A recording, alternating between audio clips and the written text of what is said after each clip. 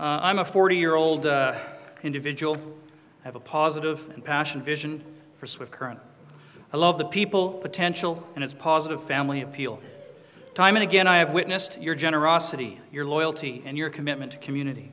And for these reasons and many others, my wife Leanne and I chose to raise our daughters here.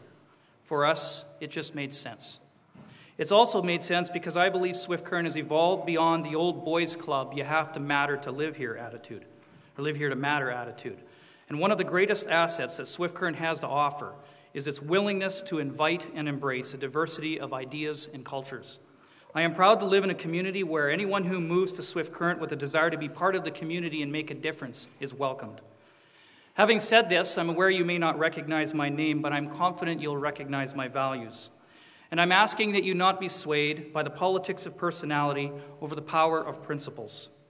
Principles like honesty, loyalty, commitment. I'm not interested in buying your vote, I'm interested in earning your vote. And I will keep on earning your vote, not just when an election comes around. A majority of people are very pleased with the economic progress the city has and must continue to proactively stimulate. The primary issue I've heard time and again is the hesitancy and frustration citizens are having when communicating with City Hall. I'd even be so bold to say that citizens are perceiving an insensitivity to their concerns. I find this disturbing because I know many of the people at City Hall, and they are top-notch individuals. Citizens are also concerned about the debt load, and rightly should be. Managing the city debt responsibly and practicing sound fiscal responsibility must always be a top priority. In my opinion, this election is about a change of tone and a change of attitude. We have to hold accountable the ideology that just because you don't agree means you're being negative.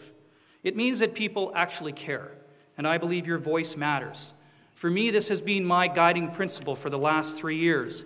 It's not some cute strategy I've created for my campaign. My commitment to you will be to provide common sense governing that is affordable, assertive, and collaborative.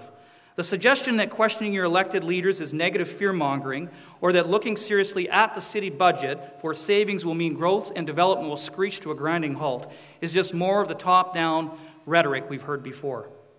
As your mayor, I will ensure that the city debt and budget will remain affordable, achievable, and conservative. Like your own home and business, we can't always get what we want. We seem to live in a time where it's getting easier and easier to rationalize debt, always, and I think wrongly thinking, that debt is always the road to prosperity.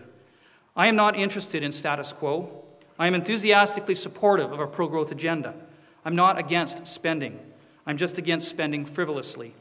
To me, it doesn't make sense to spend up to $70,000 on a fire study that's never been made public, to spend up to $175,000 on a sign you can only read one way, to spend $40,000 to $60,000 on wasteful arbitrations over a few $100s to prove a point and lose, or to even consider a $75 million debt limit. We do need to budget accordingly to stimulate commercial, residential, and industrial development, expand the city's water treatment plant, to partner with the province to develop a new long-term care facility, to collaboratively share costs for new recreational multiplex, to invest in productive tourism strategies, to create a transparent communication strategy by investing in the creation of a new director of communication, to increase budget dollars for our Director of Economic Development, and to invest in a drug liaison officer that will build proactive and positive relationships with our children and our youth. Secondly, as your mayor, I will also assertively stand up for business, families, and your tax dollars. Taxes are an unfortunate reality to maintain the standard of services that we provide, the city provides. But I do believe council must always make every effort to ensure that the taxes are fair for the homeowner and business owner alike. Third, and most importantly, I will work tirelessly to build collaborative relationships with all parties. My role as a professional counselor has taught me to develop transparent, optimistic, and positive partnerships with a focus on win-win solutions. We may not always agree, but we ought to be able to disagree without being disagreeable. Ladies and gentlemen, I agree with this anonymous quote. Excellence is the result of caring more than others think wise, risking more than others think safe, dreaming more than others think practical, and expecting more than others think possible. My friends, you have 3 clear options for mayor available to you.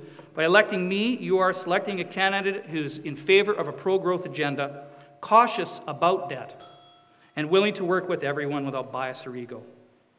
Like Arthur Caldwell said, and I believe this, it is better to be defeated on principle than to win on lies. I believe change is good as long as we can afford it. I humbly ask for your support. Thank you.